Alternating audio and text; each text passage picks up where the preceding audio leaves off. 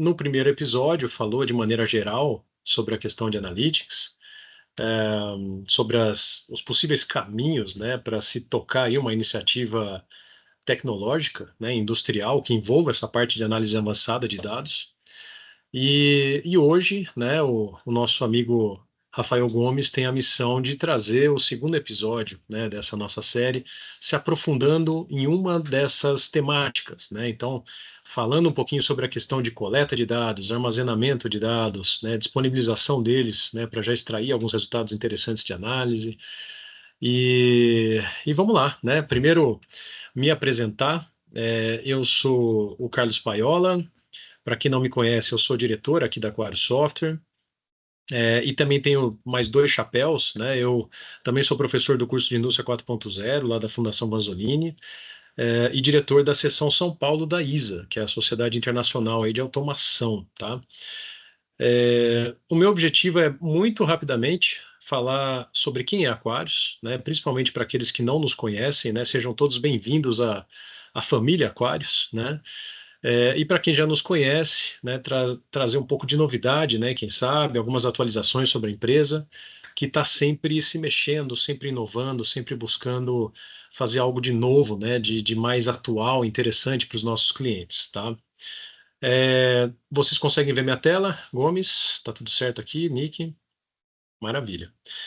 É, Muito bem, a Aquarius é uma empresa brasileira, né, que fez no ano passado 40 anos, né, uma jovem senhora, né, diria eu, é, que basicamente tem uma função de se portar como uma curadora tecnológica, né? A Aquarius ela faz esse trabalho de curadoria de quais são as principais tecnologias de software, serviços, né, e tecnologias de maneira geral, né, para iniciativas aí no chão de fábrica e até o nível corporativo, né, das indústrias, podendo opinar exatamente sobre qual é o melhor conjunto de tecnologia barra serviços, né, de itens que nós vendemos, integramos, enfim, ou através de parceiros de tecnologia ou de integração que nós temos, né? A Aquarius, na verdade, ela reúne um grande ecossistema para atender aquela demanda específica que o nosso cliente nos traz, tá? Então, a gente de forma alguma acredita no uso puro e simples da tecnologia pela tecnologia em si, né, ou pelo hype, né? A gente sempre tenta buscar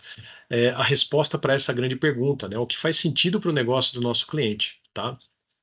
E desse jeito a gente busca trazer é, soluções, né, que envolvam de algum jeito aquilo que está dentro da nossa sacola, né, que está dentro dessa proposta que a Aquarius tem tecnológica para o mercado e que inclui a parte de IoT industrial, tecnologias para serem instaladas on-premise ou em cloud, né, inteligência artificial, realidade aumentada, sem se esquivar, né, da parte de cibersegurança, que é um item extremamente importante hoje em dia. Quanto mais conectividade existe, mais riscos você tem que analisar, né, e tentar diminuir, né, no sentido de instalação e manutenção das tecnologias. Enfim, gêmeos digitais, integração de sistemas, MES, PINs, SCADA, gestão de alarmes, malhas, tanta coisa que a gente tem por aí, tá?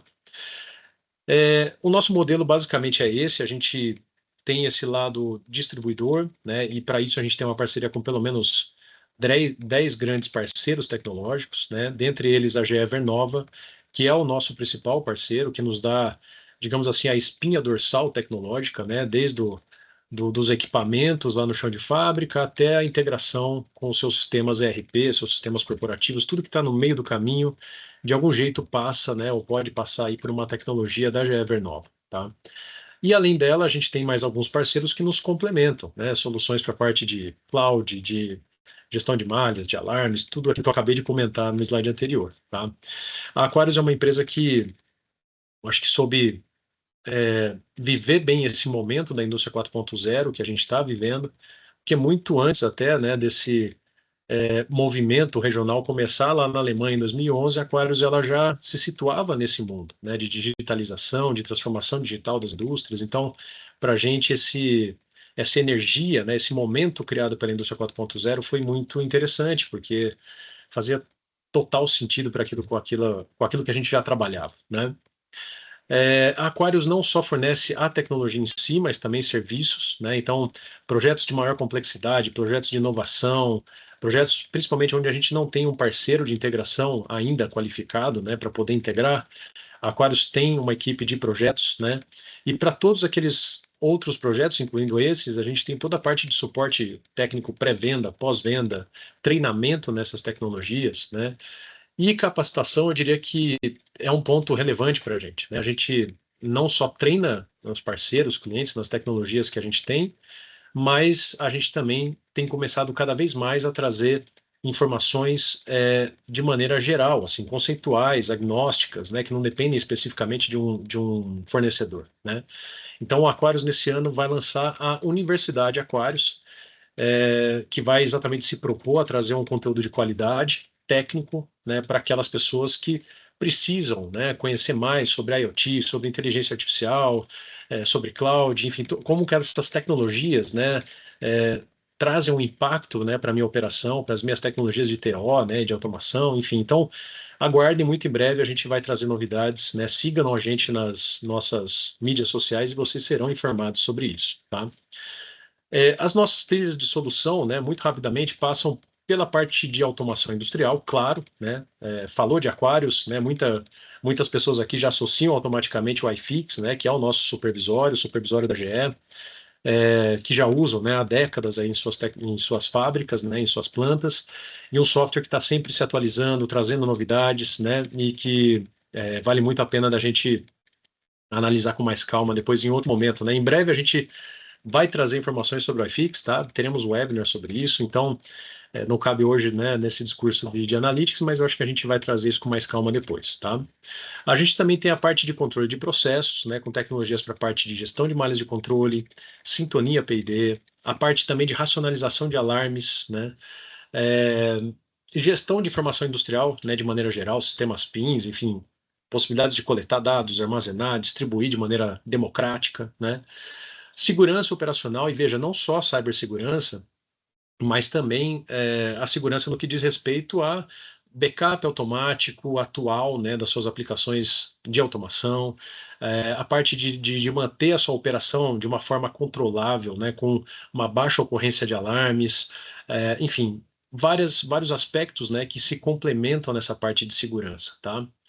A gente também tem tecnologias para a parte de realidade aumentada, mobilidade, que vão muito no sentido de empoderar, né, a sua linha de frente ali de operações, né, e fazer com que o seu operador possa estar cada vez mais conectado, tomar decisões assertivas, baseadas em dados, né, não em impressões, né, subjetivas. A gente também tem tecnologias para a parte de analytics, que são as que a gente está mais abordando nessa série de webinars, né, e finalmente a parte de gestão, né, da produção e gerenciar eficiência, qualidade, rastreabilidade, enfim, tudo isso que diz respeito à camada ali de MES, MON, né? É isso, tá? De maneira geral. E sobre parceiros complementares, eu gosto de pontuar aqui para a parte de projetos. Temos alguns que vocês veem aqui embaixo, que nos potencializam a entrega de um projeto turnkey, né, envolvendo inclusive a parte de infra, né, de cloud, a parte de hardware de campo, né, preciso de um dispositivo móvel robusto, né, para uma área classificada, né, tudo bem, temos parceiros para isso, né, e também temos ações de inovação, que geralmente envolvem universidades, centros de pesquisa, ou associações, né, agnósticas, aí, como uma ISA, como uma VDI, que é a Associação Brasil-Alemanha, né, de Engenharia. Enfim, a gente tem várias iniciativas paralelas que deixam a gente meio louco, né, mas que trazem resultados super interessantes, né, para os nossos clientes, né, e até internamente, né, para a evolução da nossa própria equipe, tá?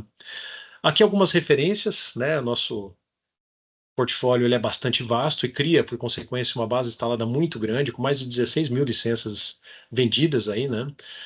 Mais de 1.300 plantas industriais, né? E quase 7 mil alunos treinados no nosso centro de treinamento, tá? Último slide, só para vocês estarem atualizados aí da agenda, tá? A gente tem esse webinar então de hoje, e na sequência a gente ainda vai ter outros quatro, né? Um deles falando sobre ferramentas de análise de dados para especialistas, uma outra falando de otimização e gestão do processo em tempo real, uma outra falando sobre inteligência para a gestão da produtividade e, finalmente, uma de infraestrutura para grandes volumes de dados, tá? Todas elas, de certa forma, se complementam, estão dentro daquele plano lá do primeiro webinar que vocês viram, de trazer diferentes caminhos, diferentes informações sobre Analytics, tá? A nossa ideia é de que em agosto a gente tenha talvez até mais de não sei ainda, né, evento presencial sobre Analytics, tá? Sigam a gente nas nossas redes sociais que vocês vão ficar atualizados sobre esses planos, serão convidados e tudo mais, tá? Durante a nossa apresentação, que está sendo gravada, tá? É bom observar isso. Então, não se preocupem de tirar foto, print screen. A gente vai disponibilizar isso depois para vocês, até no YouTube, a gravação completa. Peço que todos mantenham as câmeras fechadas, né, microfone fechado, e digitem para a gente, né, no chat as dúvidas ou comentários que vocês tenham. Aproveitem, né, o contato com o especialista que vocês têm hoje aqui, que é o Gomes. E bom proveito, né? Bom webinar para vocês. Gomes, boa sorte. Peço que você, antes de mais nada, aí se apresente, né? E manda ver. Grande Beleza. abraço. Obrigado, Paiola. Bom, antes de mais nada, eu quero agradecer a presença de todos vocês aqui, né? Uma honra estar trocando esse conhecimento com vocês, né? Eu sou o Rafael, eu sou engenheiro de aplicação aqui na Aquarius, né? Eu fico em pré-vendas. A gente costuma fazer essa venda um pouco mais técnica, né? Então, eu dou apoio à área comercial para criar aplicações, definir arquitetura e tudo mais, e apresentar produtos. Deixa eu já começar compartilhando minha tela. Assim, né? Quando a gente vai falar de analytics, quando a gente vai falar de análise de dados, a primeira coisa que vem à cabeça é aquela coisa bonita, né, de IA, de predição. Só que a gente tem que começar de algum lugar, né? Para eu fazer todas essas coisas que me agregam valor, né, todas essas coisas que estão bombando no momento, eu preciso ter dados, né? Eu preciso saber como coletar o dado, tratar o dado corretamente, né? E aí tem como a gente fazer análise descritiva, depois disso, análise preditiva. A gente vai fazer esse caminho passo a passo ao longo desses webinars, conforme a Paiola mostrou. E o foco de hoje, então, é fazer a coleta desses dados, as formas de coletar os dados, de tratar esses dados, armazenar e de visualizar esses dados, tá bom? Então, já começando aqui, como que eu faço, então, para eu trazer os dados que estão lá no meu processo, né, ali no meu chão de fábrica, como que eu faço para trazer para transformar todas essas variáveis de processo em dados, numa tabelinha ali, no banco relacional, temporal, que seja, tá? Existem várias formas de fazer, pessoal, tá? Tem muitas formas de fazer, eu não vou estressar todas as possibilidades aqui, né? Mas uma das formas mais comuns da gente fazer isso eu tenho ali as minhas variáveis, as minhas tags configuradas ali no meu PLC, certo? Dos meus packs, dos meus controladores. E essas tags, elas estão sendo disponibilizadas, geralmente, né? O caminho seguinte do dado, quando ele sai do PLC, em termos de aplicação, é um OPC Server ou um SCADA. Né? Geralmente ele pode ser as duas coisas. Então, o dado ele sai daqui do PLC, né, ele vem aqui para o OPC Server a cada 1 segundo, né, a gente parametriza isso. Né? Um exemplo de OPC Server, que eu creio que vários aqui tenham, é o IGS, né, que é aquele OEM da GE que é baseado no Cap Server. Mas poderia ser o SCADA como o iFix, como o Simplist, como o SCADA de outros fabricantes também. Tá? E aí, nós exibimos esses dados, muitas vezes fazendo uma análise descritiva, né, só visualizando os dados como eles estão, numa tela do próprio SCADA mesmo, né, num banco de dados relacional, num Excel, num banco de dados temporal, que a gente vai falar bastante dele hoje. Tá? Então, tem várias formas da gente fazer. E muitas vezes vocês já têm a ferramenta, vocês já já adquiriram a ferramenta para fazer isso, né? E muitas vezes é aquela história da Ferrari parada na garagem, né? Vocês têm uma baita uma ferramenta que seja um PINS, um banco relacional, que estão com os dados ali, só aguardando para terem o valor deles extraído. tá? Isso é uma coisa muito importante.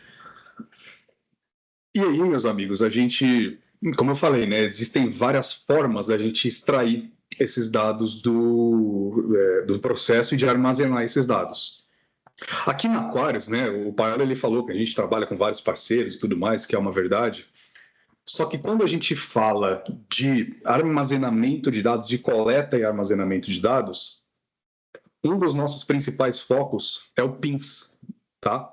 Eu já vou dar uma geral nele aqui, que é o Sistema de Gerenciamento de Informações da Planta.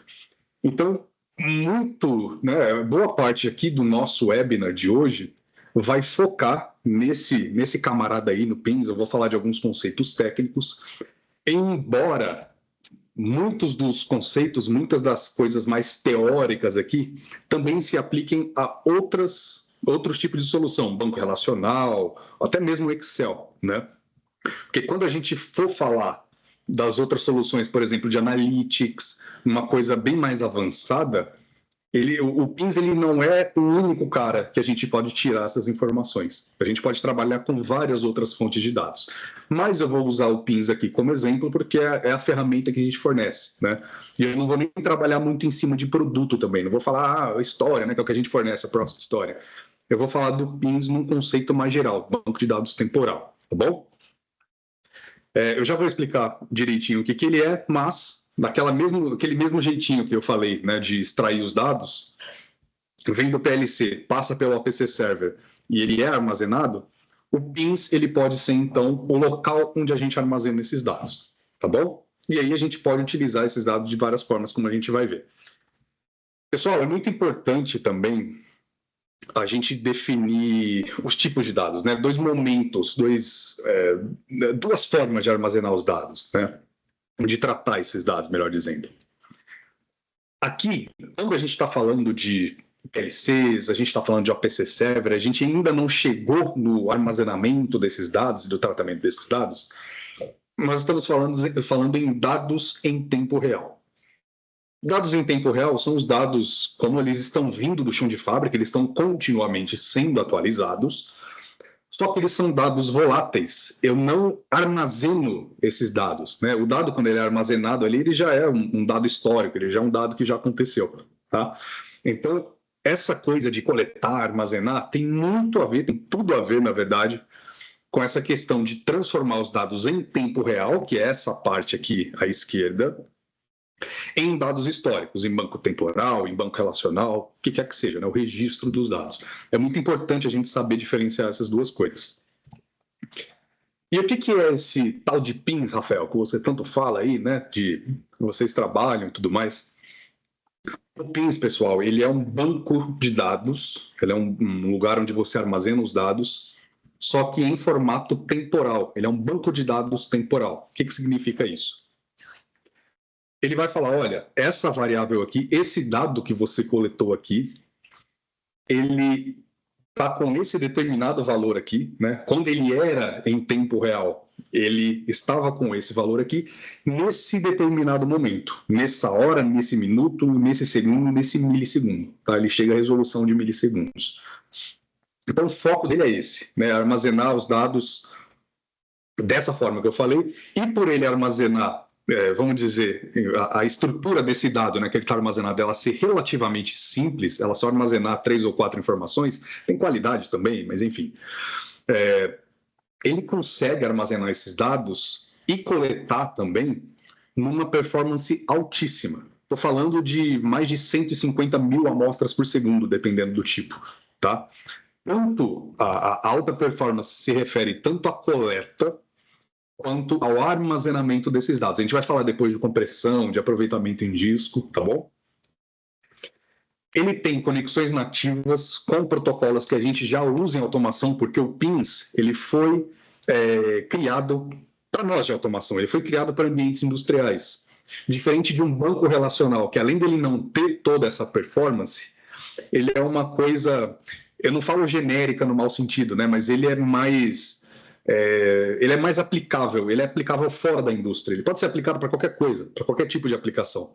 Então, ele não tem, por exemplo, ele pode não ter comunicação nativa com o OPC Server, às vezes você precisa desenvolver a interface, ou você tem que baixar um plugin, você tem que baixar alguma API ali para conectar a sua fonte dos dados ao seu banco de dados relacional. E o PINS ele já vem com essas conexões nativas, né? Aí, lembrando, né, a gente trabalha com o Process Historian da GE, o nosso PINS. Você tem uma identificação mais fácil de eventos, né? Principalmente nossos amigos aí que trabalham com processo de batelada e tudo mais, fica mais fácil identificar eventos que eu posso nomear, eu posso, né, fazer as minhas análises de forma mais detalhada. A gente tem a contextualização dos dados, que é você estruturar os seus ativos, os seus dados, em uma hierarquia. Você organiza tudo como se fossem pastinhas, eu vou mostrar isso depois. Você tem cálculos prontos, você consegue consultar já com um cálculo pronto, sem você precisar criar tudo de novo. E você tem, né, por ele ser uma coisa mais dedicada e mais self-service, vamos dizer assim, você tem uma autonomia maior e uma curva menor de aprendizagem, tá? Aí um parênteses aqui, né, pessoal? Às vezes é muito comum essa dúvida. Qual que é a diferença do PINS para o historiador, né? São a mesma coisa? Não. O historiador, ele é o banco de dados. Ele é onde os dados estão armazenados ali. Aquilo que eu falei. Essa tag estava com esse valor, nessa hora, o dado está com qualidade boa. Ponto. Né? O PINS, que é o Sistema de Gerenciamento de Informações da Planta, ele tem o banco de dados temporal, ele tem um historiador, porém, ele vai oferecer diversas formas de analisar esses dados numa interface nativa, num portal web, já com os cálculos prontinhos ali, forma de você analisar e tratar esses dados, que é o caso do História. História é um PINS, tá? Então, resumindo, todo PINS é também um historiador, mas nem todo historiador é um PINS. Tem que tomar cuidado com isso aí, né? Tem soluções aí que falam que é historiador e, na verdade, é um SQL maquiado ali, disfarçado, né? Não é PINS porcaria nenhuma.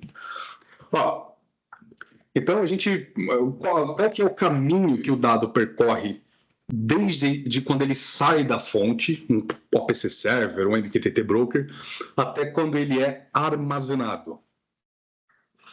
Eu tenho aqui, então, os meus servidores de dados, eu tenho aqui um APC Server como IGS, um MQTT Broker, um Mosquito, né? Enfim, um MQTT Broker qualquer, um SCADA, pode ser o iFix, pode ser o Simplist, pode ser de outro fabricante. E, pelo menos no caso do Historian, tá? Eu imagino que outros também funcionem de maneira parecida, a gente coloca um coletor de dados. Tá? É um serviço do Windows que vai ficar ali coletando esses dados. Não é difícil de instalar. Esse dado coletado, ele vai ser armazenado e consolidado ali no meu servidor do PINS, né, que está ali, pode estar na nuvem, pode estar numa máquina ali, né? E para depois ele ser usado. E aí, Rafael, que tipo de dado que eu posso coletar do PINS, né? Você fala aí de coletar dados de processo, mas eu tenho várias fontes, eu tenho vários tipos de fontes de dados diferentes. O que eu posso ou não posso coletar? A gente pode coletar de OPC servers, como IGS, Cap Server, pode ser o próprio SCADA, em formato DA, UA, HDA e alarmes e eventos, tá? O PINS, no caso o Historian, ele armazena também dados de alarmes e eventos. Pode ser o meu SCADA, pode ser uma conexão nativa, ele pode ser um APC Server também. Eu posso fazer cálculos, né, com os dados já armazenados no PINS, né? Eu pego o dado bruto como ele veio lá da fonte, faço o cálculo e armazeno no meu PINS também, tá? Tem essa possibilidade. Dá para fazer essa mesma coisa, só que utilizando Python, utilizando as bibliotecas Python, expressões em Python. Dá para trazer de MQTT Brokers, incluindo o Sparkplug. Eu vou falar um pouquinho de MQTT nesse webinar um pouco mais tarde, tá? Dá para trazer de bancos relacionais, como SQL Server, Oracle, geralmente via ODBC ou OLDB, né? Outros historiadores, pode ser de um Historian para o outro, pode ser de outra solução, que também é o PINS para o Historian, ou vice-versa. E dá para também customizar, pelo menos o Historian, né, o nosso PINS, ele tem o Collector Toolkit, que você desenvolve uma API, né, você tem o kit de desenvolvimento ali, você desenvolve para caso ele não suporte nativamente a coleta. Então, tem como você criar um coletor, né, para você coletar o tipo de dado que você quer. Tá bom? Beleza, o dado está aqui, bonitão, aqui no meio, aqui para gente, né, independente de qual seja. E o que eu posso fazer com esse dado para tirar o valor dele, né? Eu posso utilizar no SCADA, posso utilizar em gerenciadores de malha de controle, que eu vou mostrar daqui a pouco, posso usar em plataformas de analytics, posso usar no Excel, posso usar para fazer relatório, posso usar para fazer um monte de coisa, tá? É igual eu falei lá no início, muitas vezes vocês têm o PINs, vocês têm os dados armazenados, só que às vezes ele só está alimentando uma tela do SCADA, ou é usado para fazer um relatório ou outro, sendo que dá para fazer muita coisa, dá para agregar valor, eu falo valor monetário, né, valor de tudo quanto é tipo de valor, utilizando o PINs. Ele não se restringe somente a alimentar um trend ali do SCADA, dá para fazer muita coisa com ele, pessoal, mas muita coisa mesmo, tá? Então, às vezes vocês têm os dados aí, mas vocês têm, como diz, o petróleo na mão, né? Só precisa refinar bonitinho. Mas e aí, Rafael, que tipo de... quais APIs ou quais conexões o PINs geralmente disponibiliza? Aí, de novo, né? Eu vou usar o Historian como exemplo, para consultar os dados, né? O PINs ele disponibiliza quais APIs, quais conexões para eu consultar os dados. Pelo menos o Historian, né? O nosso Historian, ele é tanto um servidor OPC-UA quanto o OPC-HDA. Ele tem a API REST dele, então dá para conectar com um monte de aplicação baseada em web, enfim. Ele tem as APIs nativas dele, mas dá para desenvolver também, tá? Como eu falei, dá para você coletar dados, você cria um coletor customizado e você disponibiliza essas informações numa API customizada também. Outros historiadores, posso mandar para um MQTT Broker, posso mandar para o IoT Hub do Azure, o Predix da GE e mais um monte de coisa. Tem o ETL também para quando não tem conexão constante entre o PINs e a fonte de dados, né? Um navio que só tem conexão quando ele atraca ali no porto, né? Quando ele chega no continente. Disponibiliza dados via LDB também, tem o LDB Provider e tudo, para fazer consultas como se eu estivesse fazendo consultas no SQL, né? E mostrando um pouco na prática, eu já vou fazer uma pequena demonstração aqui. Me dá alguns exemplos aí, Rafael, do que a gente... Já você fala aí que dá para fazer um monte de coisa, mostra para a gente então aí, né? Primeiro, pessoal, vou dar um exemplo aqui com o Excel. Eu posso pegar os dados que estão no meu historiador e jogar no Excel. Isso é feito, pelo menos com o Historian que a gente tem, através do Excel Add-in. Ó, estou compartilhando o Excel com vocês aqui na minha tela. O Excel Add-in, que na verdade é um suplemento do Excel aqui para minha lupa não está funcionando direitinho, eu vou deixar ela em 100% mesmo. Vocês podem usar o Zoom do Teams se tiverem dificuldade. O suplemento do Excel aqui para o Historian, ele permite fazer uma conexão direta entre o Historian e o Excel, para eu trazer os meus dados como eles estão. Isso já é incluso aqui na ferramenta. Então tem aqui, ó, ao invés de eu digitar um monte de fórmula esquisita, ter que administrar conexão via LDB com Excel, ele já faz isso nativamente. Então eu tenho aqui, por exemplo, ó, visualização de tags. Eu posso puxar uma lista de tags aqui, usando essa interface. Posso trazer alarmes de eventos, posso trazer dados calculados, eu quero trazer uma média, eu quero trazer um mínimo, um máximo, um desvio padrão, ele já traz tudo prontinho aqui, né? E a grande vantagem desse suplemento é que você utiliza os dados do banco de dados temporal dentro do Excel, que já tem um baita de um potencial, né? Eu sempre brinco que no Excel o céu é o limite. Aí, ó. Dá para fazer gráficos, dá para fazer relatório de hora em hora, de meia em meia hora, né? E atualiza automaticamente, inclusive, isso é importante. Aí eu posso ir além, ó. Né? A gente vai falar de análise estatística com ferramentas mais avançadas, mas se for uma coisa mais simples, com um número menor de dados, já tem até um template pronto para fazer análise estatística, ele já faz a correlação aqui automaticamente, já traz um histograma ali bonitinho, tá? Ele já vem com uma série de templates aqui dentro do Historian para utilizar dentro do Excel. Ou vocês podem criar uma coisa customizada, né? Você simplesmente popula as células lá com os valores de tag que atualiza automaticamente. E a gente tem também, pessoal, só para vocês saberem, a gente tem uma ferramenta desenvolvida internamente, né? Que foi desenvolvida pelo Jairo,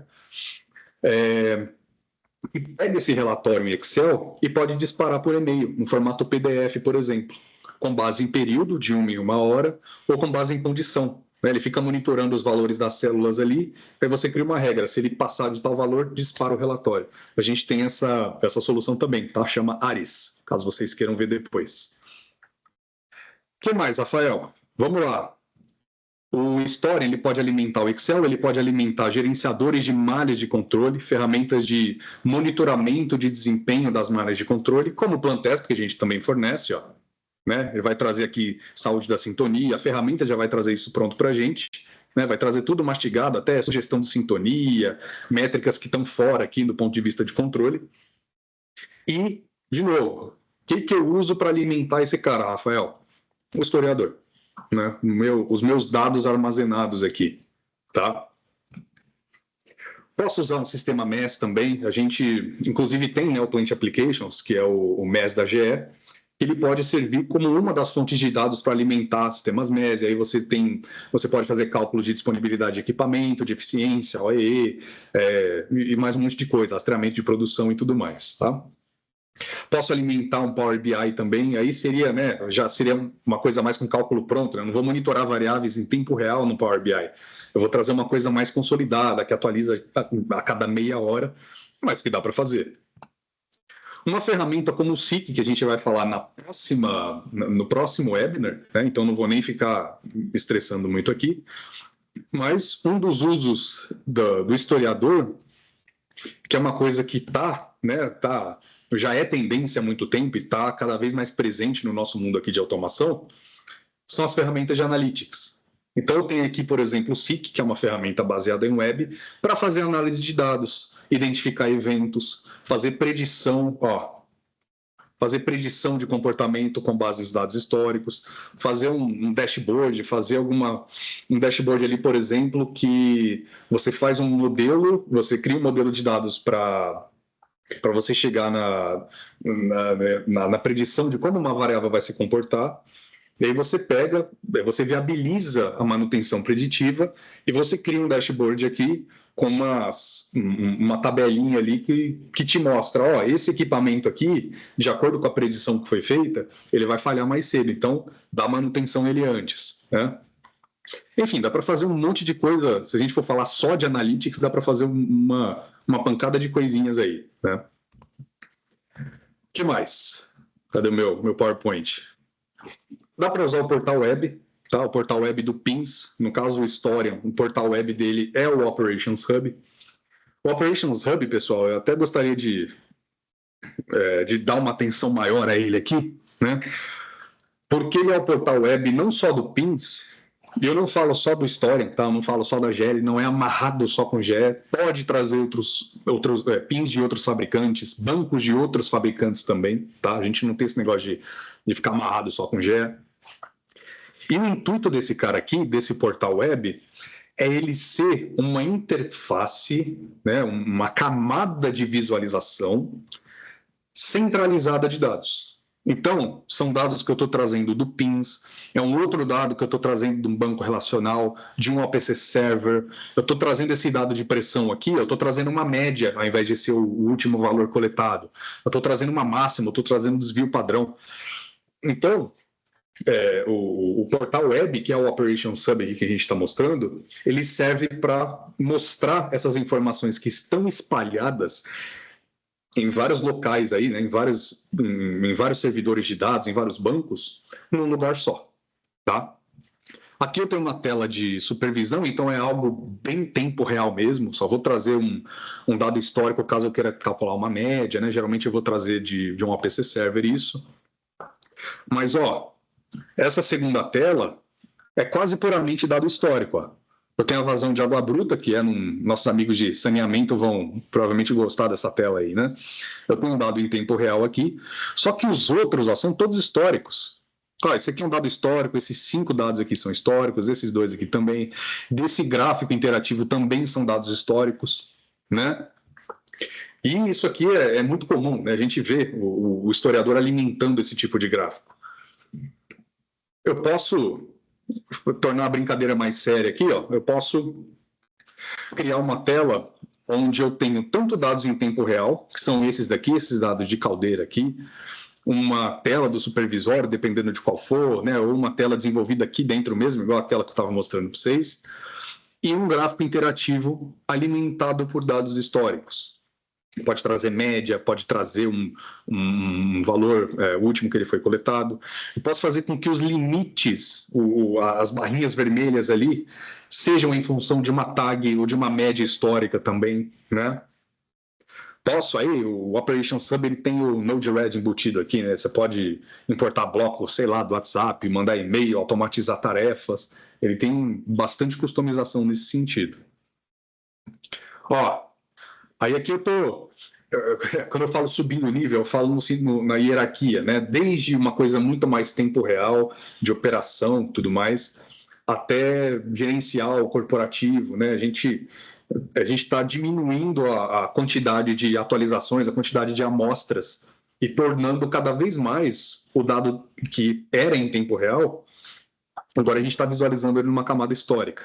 Ó, eu tenho aqui uma tabela que foi populada por dados do meu PINS ou dados de um banco qualquer,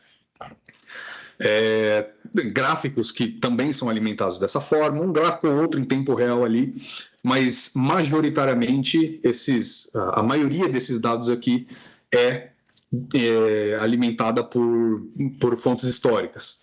Aí eu posso escolher aqui, chega o chefe aqui, o meu chefe aqui fala, Rafael, dá uma olhada aí, cara, como que estava essa operação aí, ou como que esses dados estavam na semana passada ou no ano passado, vamos fazer uma comparação, ou vem um cara da qualidade, da auditoria, precisa resgatar esses dados como eles estavam. Né? Dá para fazer também. Tá?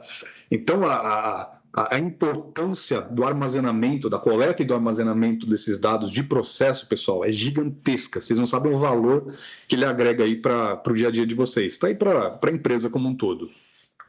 Aí eu posso aplicar filtros aqui. Rafael, essa tela aí tá muito clara, cara. Eu sou do time do tema escuro. Ó, tá aqui. Ó. Ele é customizável o suficiente para você, sei lá, você usa a mesma tela, você usa temas diferentes, você muda as tags, né, os pontos que estão sendo trazidos aqui. E, de novo, pessoal, uma coisa que eu sempre friso. Se eu quero trazer uma média de um valor, de um dado histórico, no caso do PINS, eu não preciso criar uma outra tag com esse cálculo, que ela pega as amostras e divide pelo número de amostras para obter a média. Ele já faz isso diretamente, ele já oferece essa possibilidade de consultar esses dados diretamente, né? Sem precisar criar tag nova. Ó, não sei se tem nossos amigos aí do Paraná. Eu estou visualizando dados de telemetria de Curitiba, mas na mesma tela, eu posso, no clique de um botão, atualizar os dados para visualizar dados de Londrina, de Cascavel, de Guarapuava. Aí, ó. Né? Então, dados históricos, pode ser dado em tempo real também. O importante é que eu tenho o dado. A gente não consegue fazer nada que a gente vai falar daqui para frente, analytics, enfim, qualquer que seja o webinar que vocês forem participar, né? Se a gente não tiver isso aqui, se a gente não tiver os dados armazenados no banco de dados, tá? Eu estou usando como referência o PINS. Ó, fazendo uma carta de controle. Aí, ó. Né? Alguém aqui faz carta de controle estatístico de processos, o famoso CEP, né? O SPC. Aí, ó. Aqui, ó, visualiza os pontos que estiveram fora do limite. Eu posso usar uma tabela aqui embaixo para preencher uma ordem de manutenção, ou simplesmente preencher motivo de parada e alimentar o meu sistema MES. E a gente tem o PINS pivotando tudo isso. O PINS está justamente tanto na camada de supervisão, que é o nível 2 ali da ISA 95, né, quanto na camada tática. Ele está bem no meio ali, ele está bem nessa interseção, justamente por conta disso. Né? O que mais que a gente tem aqui? Ó? Uma análise simples, pessoal. Aqui, ó. Eu tenho 4 variáveis aqui que eu monitorei no meu processo. Eu estou acessando via web, né? Não sei se vocês perceberam, mas todas essas ferramentas que eu mostrei até agora, com exceção do Excel, são baseadas em web, são ferramentas que a gente fornece. Então é fácil de acessar. Ó, eu tenho um gráfico interativo aqui, que ele me mostra um ponto ali específico do gráfico. Eu posso alterar os dados que estão sendo exibidos aqui, eu posso exportar isso, né? Teve caso, eu não sei se a gente ainda vai divulgar isso, Paiola, mas teve caso do cliente simplesmente passar a ter uma tela dessa aqui do Operations Hub, dessa solução mesmo, né? E falar, cara, uma telinha dessa aí, uma tela relativamente simples dessa, aumentou o meu fluxo de produção em cerca de 30%. Olha isso, né? Parece uma coisa besta, pessoal, mas às vezes a gente não percebe, né? O operador está lá em campo, ele liga, né, para o CCL ali para obter um dado. Aí até ele conseguir ligar, até ele conseguir essa informação, o operador ele visualizar esse dado ali, buscar e falar para ele, olha quanto tempo, né, ele já perdeu, vários segundos, talvez minutos. Então ele agiliza, né, esse tipo de ferramenta, traz dados históricos ou em tempo real também, ela agiliza essa questão de obtenção dos dados. É o que a gente fala de democratização dos dados. Todo mundo tem que ter dado. O operador tem que ter dado, o gerente tem que ter dado, o supervisor, o cara do corporativo, cada um, né, trazendo dado para o que importa para ele ali, mas todo mundo tem que ter. Às vezes o cara tem uma ideia ali, putz, nossa, né, eu não sabia. Olhando esses dados, eu identifiquei uma melhoria do processo. Né? É através dessas coisinhas que a gente consegue agregar o valor só com uma tela simples dessa. Imagina com uma tela um pouco mais elaborada, igual aquelas que eu estava mostrando. Né? Bom, depois eu falo de estrutura de ativos. Era só para exemplificar para vocês aqui as aplicações, né? O que a gente pode fazer com os dados históricos? Tem muito mais do que isso, tá, pessoal? Tem bastante coisa além disso. Clientes do PINS eu já demonstrei para vocês. Em termos de arquitetura, aí falando do Historian, tem questão de alta disponibilidade, armazenamento em mais de um lugar, para você sempre ter os dados disponíveis ali.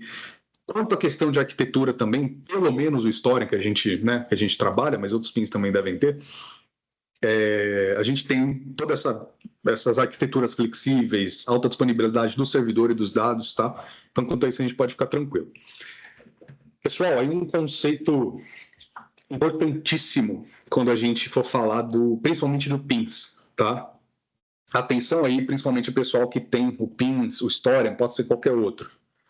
Existe uma forma de otimizar o aproveitamento, né, de você melhorar o aproveitamento do espaço em disco com PINs, que é através do algoritmo de compressão dos dados. O que é isso? Eu tenho lá os meus dados sendo coletados, por exemplo, do OPC Server, sei lá, do IGS, né, e sendo armazenado no PINs. Então tá ali, ó, de 1 em 1 segundo, coletou, ó, o dado está sendo coletado a cada 1 segundo. Aí, bonitão aqui, certo? Mas olha só, quando a gente tem um PINs, né, uma aplicação de coleta de dados dentro da indústria, a gente não está falando de um dado coletado a cada 1 segundo. Às vezes a gente fala de 50 mil, de 100 mil pontos coletados a cada 100 milissegundos, né, uma quantidade imensa de dado. Será que não dá para otimizar, nem que seja um pouquinho, para a gente melhorar o nosso aproveitamento de disco e de performance? Ó, o que eu percebo aqui? Esses dados aqui que eu circulei, pessoal, eles são muito parecidos, eles estão muito repetidos. A compressão, o que ela faz? A gente parametriza ela para ignorar, né, para jogar fora dados que se repetem dentro de uma janela de tempo, né? Uma das formas, então, da gente fazer a compressão é através de banda morta. A banda morta, o que ela vai fazer? Ela vai falar, cara, se esse dado não variar, né, se depois dessa amostra aqui, o dado não variar mais do que 1% para cima, né, ou mais do que 1% para baixo, ignora o dado. Não precisa armazenar de novo. É dado repetido, né? É dado muito parecido e não vai interferir na hora de fazer uma consulta e tudo mais, né? Então, ó, vamos fazer um exercício juntos aqui. Quais desses dados que estão dentro dessa banda morta eu posso eliminar? Posso eliminar o primeiro? Não, porque é o primeiro dado aqui dessa cadeia de repetição, né? Posso eliminar esse segundo? Posso. Posso eliminar o terceiro? Posso, ele está dentro do critério aqui da minha banda morta, né? Ele está se repetindo, ele não variou acima de 1%. Posso eliminar esse daqui? Posso. Posso eliminar esse último? Bom, ele está dentro aqui da minha banda morta, né? Ele está dentro aqui do meu critério de repetição aqui. Só que olha só, aí que está a pegadinha. Se eu apagar esse dado aqui, a minha curva, né, quando eu for consultar esses dados através do Excel, através de qualquer um cliente web, a curva ela vai estar assim, ó, para o cliente. Porque eu tirei esses 4 dados daqui. Né? Se eu tivesse mantido, deixa eu apagar isso aqui, ó. Se eu tivesse mantido esse último dado aqui, ó, a minha curva do processo, né, o meu histórico, teria se mantido fiel ao que aconteceu no meu processo. Né? Ah, Rafael, mas eu não quero uma banda morta de 1%, eu quero uma de 2%. Mesmo que o dado se repita, se não houver variação depois de 1 minuto, eu quero que você colete. Beleza, isso dá para fazer. Dá para você parametrizar essas regras. Isso aqui foi só um exemplo. Tá? Então, a compressão ela serve para isso. A gente aproveita melhor o nosso espaço em disco e poder de processamento, recursos da máquina, né, do servidor, mantendo a nossa curva do processo fiel ao que ela está. Né? Então tá aqui, ó. Isso foi pesquisa, tá? Isso não sou eu que estou falando, não. Pesquisas disseram, pesquisei na internet, lá tem várias fontes que dizem que a compressão ela pode ajudar até cerca de 90% no aproveitamento do espaço em disco e de desempenho nas consultas. Os clientes do PINS, né, o portal web, lá, a ferramenta de malhas que seja, ao invés dela consultar um monte de dado, aqueles dados repetidos, ela vai ter uma quantidade menor de dados para consultar. Então, a minha consulta ela vai ser mais rápida, o desempenho dela vai ser melhor. Né? Então, não é só o disco que tem benefício, o desempenho também. E você mantém o comportamento das variáveis fiel, né, ao processo.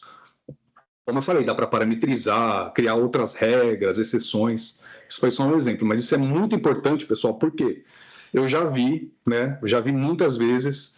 Ah, eu tenho pins aqui, está coletando tudo bonitinho, só que você vai ver não tem compressão ou está com a configuração padrão de compressão, né? Não está usando bem a ferramenta. Então, deem, né? O pessoal que tem pins aí, chequem aí, dá uma revisadinha, vê se tá legal essas regras de compressão, né? Que é muito importante aí para o que eu acabei de falar. Como eu falei, você tem tipos de amostragem diferentes, então você não precisa, para você obter um desvio padrão, para você obter uma totalização, algum outro tipo de cálculo, uma média, criar outras tags ou criar outros cálculos. O PIN já traz isso pronto para você. Né? Você facilita a vida de quem está consultando os dados e você não consome tags. Você não precisa de uma licença, comprar mais tags da licença para ter esses dados. Você já tem aí, não precisa, né? Vocês acabam economizando também. Uma outra coisa importante é o modelo de ativos. Isso está muito forte também na indústria, pessoal. Como eu falei, né, o PINS ele tem tanto o banco de dados temporal, o historiador, quanto ferramentas que ajudam na estruturação e na análise desses dados. Um exemplo é isso aqui, ó, é uma árvore de ativos. Eu tenho, por exemplo, a minha planta, tá aqui, ó, planta de controle de vazão. Dentro dela, eu tenho os equipamentos, bomba, sensor, válvula, né, enfim, tanques. E dentro deles, eu tenho as minhas tags históricas. Ao invés de eu procurar naquela listona de tags que tem lá no meu PINS, eu procuro nessa árvore de ativos. Deixa eu ver se eu consigo mostrar para vocês aqui. Tava nessa página aqui, ó, olha só. Quando eu vou buscar uma tag, ao invés de eu procurar naquela listona enorme de tags, eu tô brigando com a lupa aqui, pessoal, que eu tô com 2 monitores, ele avacalha às vezes, ó. Tá, Rafael, me vê o dado aí do RCPI, da bomba do RCPI, o que a gente tem? Tem aqui, ó. Quero mostrar no gráfico, eu quero achar esse dado aqui. Beleza, fica muito mais fácil. Você adiciona contexto aos dados, você organiza os seus dados de uma maneira muito mais fácil da pessoa achar onde que esse dado está. Né? Ao invés de ser... Está até sujeito a erro, né? Tem um monte de nome lá, às vezes a pessoa pega o dado errado. Então é mais uma forma também de você garantir que ela está pegando o dado certo. E aí, óbvio, né, essa estrutura, esse modelo de ativos que a gente criou, os clientes do PINS, eles vão consultar através dessa árvore de ativos. Tá? Já vem tudo bonitinho e hierarquizado, como o iFix aqui, ó, como o nosso supervisório. Tá? Os enumerated sets também, que basicamente transformam os valores das tags, né, os valores numéricos, em textos. Então, ao invés de eu simplesmente ter de 0 a 100, eu tenho diversos valores, olha só.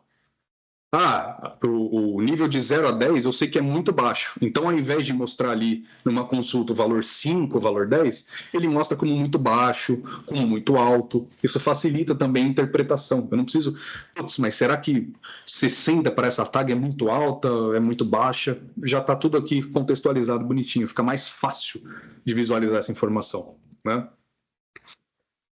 E aí, pessoal, eu vou rapidamente passar aqui pelo ambiente que eu queria passar para vocês. O PINS da GE, né, que é o História, ele tem a seguinte interface também, tá? Eu não vou passar ela muito no detalhe, até porque não é o foco, mas saibam que o PINS agora ele está vindo com interface web para configuração. Você configura os seus coletores, você gerencia os seus coletores, o seu sistema de ativos, as suas tags, tudo pela web. Né? Facilita a vida de quem está configurando, quem vai dar manutenção nisso. Não precisa entrar mais na máquina, acessa remotamente. Já tem tudo via web. Basta digitar o URL ali no browser e acessar essa interface de configuração. Ó, quero mudar o endereçamento dessa tag, mudar os limites, mudar o que for preciso. Ó, tá aqui, ó. Compressão, né? Aquilo que eu estava falando ali de ignorar valor repetido, configuração de armazenamento, de escalonamento, monitoramento de desempenho, alarmes, você fazer relatórios, tudo via web. Tá? O PINS que a gente trabalha fornece tudo isso via web também.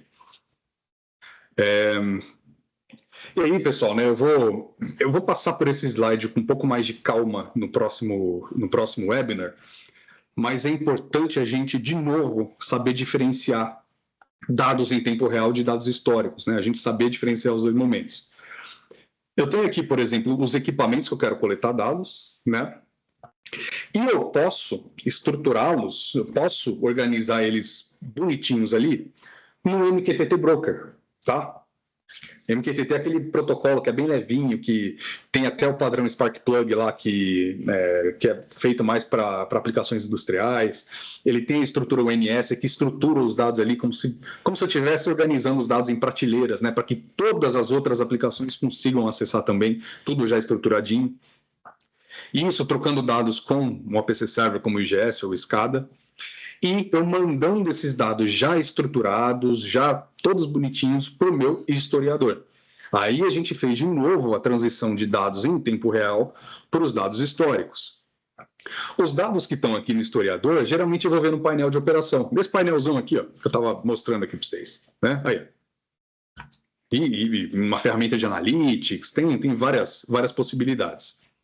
Esse dado que está no historiador também, eu posso mandar para um GIS, que é uma plataforma para fazer georreferenciamento. O pessoal de utilidades, né, utilities, costuma usar esse bastante. O pessoal de gás, de saneamento, para gerenciar ativos com georreferenciamento. Dá para fazer a interface entre o historiador e ele, via REST, via várias outras formas.